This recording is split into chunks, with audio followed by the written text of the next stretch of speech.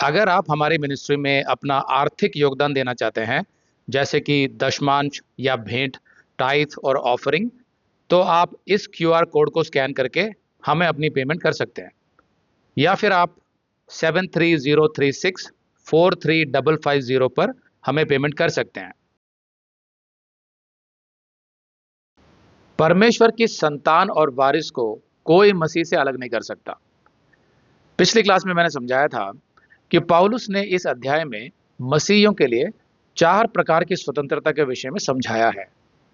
उनमें से 2 तो हम पिछली क्लास में कवर कर चुके हैं, और वे थी, पहला, परमेश्वर के न्याय से मुक्ति, मतलब परमेश्वर की दंड आज्ञा से स्वतंत्रता, फ्रीडम फ्रॉम जजमेंट, मसीहियों पर अब कोई दंड आज्ञा नहीं है।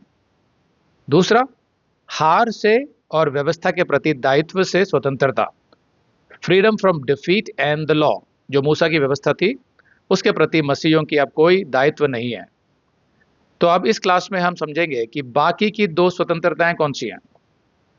तो अगली आयतों में सबसे पहले है निराशा से स्वतंत्रता, कोई हताशा नहीं, freedom from discouragement, no frustration. इस भाग में पौलुस ने मानव जीवन के दुख और पीड़ा की वास्तविक समस्या पर बात की है। शायद इस भाग को समझने का सबसे अच्छा तरीका यह है कि हम उन 3 विलापों पर ध्यान दें जिनकी यहां चर्चा की गई है। पहला विलाप है, सृष्टि कराहती है। आगे की आयतों में हम पढ़ेंगे कि पूरी सृष्टि आज कराह रही है, रोमियो 8:17। और यदि संतान है तो वारिस भी, वरन परमेश्वर के वारिस और मसीह के संगी वारिस, जबकि हम उसके साथ दुख उठाएं तो उसके साथ महिमा भी पाएं। तो ये आयत मैंने पिछली क्लास में समझा दिया था कि हम परमेश्वर की संतान होने के नाते उसके वारिस भी हैं। तो हम दुख उठाएंगे यहाँ पृथ्वी पर, लेकिन उसके साथ महिमा भी पाएंगे। तो अगली आयत कहती है, क्योंकि मैं समझता हूं कि इस समय के दुख और क्लेश उस महिमा के सामने जो हम पर प्रकट होने वाली है कुछ भी नहीं है।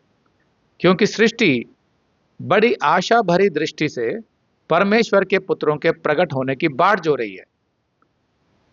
क्योंकि सृष्टि अपनी इच्छा से नहीं, पर अधीन करने वाले की ओर से व्यर्थता के अधीन इस आशा से की गई कि सृष्टि भी आप ही विनाश के दासत्व से छुटकारा पाकर परमेश्वर के संतानों की महिमा की स्वतंत्रता प्राप्त करेगी। तो यहां पर परमेश्वर के पुत्रों की प्रकट होने की बात जो रही है, मतलब जब रैप्चर के समय यीशु आएगा तो उस समय मसीही जो उठा लिए जाएंगे, तब वो परमेश्वर के पुत्र कौन कौन है वो प्रकट होंगे। और 20वीं आयत में जो वो कह रहा है, अपनी इच्छा से नहीं पर अधीन करने वाले की ओर से व्यर्थता के अधीन। तो अधीन करने वाला यहां पर परमेश्वर है। परमेश्वर ने पृथ्वी को व्यर्थता के अधीन कर दिया है। हम देखते हैं कि पृथ्वी में जो कुछ भी हो रहा है उसमें बहुत कुछ व्यर्थ है, वेस्ट है। फिर उसके बाद वो कह रहा है कि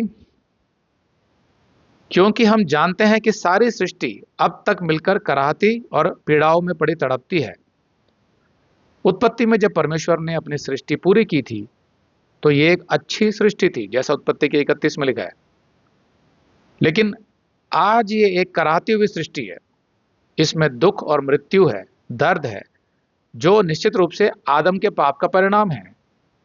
संसार आज निराशा और मृत्यु और व्यर्थता के बंधन के अधीन है, और एक दिन सारी सृष्टि नष्ट हो जाएगी। पौलुस ने सृष्टि के कराहने की तुलना प्रसव पीड़ा में पड़ी एक महिला के दर्द से की। दर्द है, लेकिन जब बच्चा पैदा हो जाएगा तो दर्द खत्म हो जाएगा। एक दिन सृष्टि का नया जन्म होगा और यह कराती हुई सृष्टि एक शानदार सृष्टि बन जाएगी। अगर आप यह संदेश पूरा देखना चाहते हैं तो आप इसे हमारे वेबसाइट hindiBiblestudy.com पर देख सकते हैं। यह वीडियो हमारे अप्रैल के वीडियोस में अपलोड किया हुआ है। तो जिनके पैकेज में भी अप्रैल का महीना है उनको यह वीडियो उनके माई अकाउंट में अप्रैल के वीडियोस में मिल जाएगा।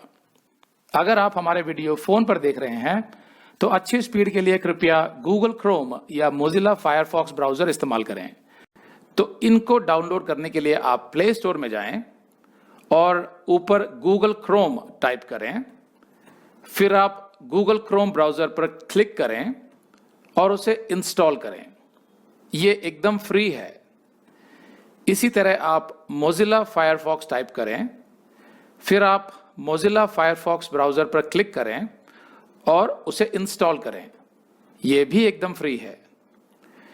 इसके बाद आप गूगल क्रोम ब्राउज़र को क्लिक करके उसे खोलें और उसमें hindibiblesteady.com टाइप करें, मतलब पूरा hindibiblesteady.com एक साथ बिना किसी गैप के।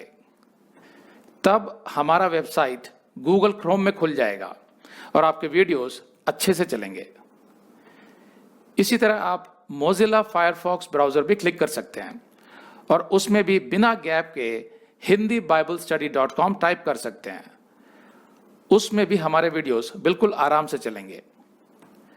इसके अलावा अगर आप चाहें तो बेहतर स्पीड के लिए आप वीडियो के नीचे बने प्ले बार पर सेटिंग्स का चिन्ह दबाकर 240p 240p सेलेक्ट कर सकते हैं, जिससे आपका बहुत ही कम डेटा खर्च होगा। 240 सेलेक्ट करने के बाद आप वीडियो के बाहर कहीं भी क्लिक कर दीजिए, फिर वीडियो को पीछे ले जाकर शुरू से देखिए।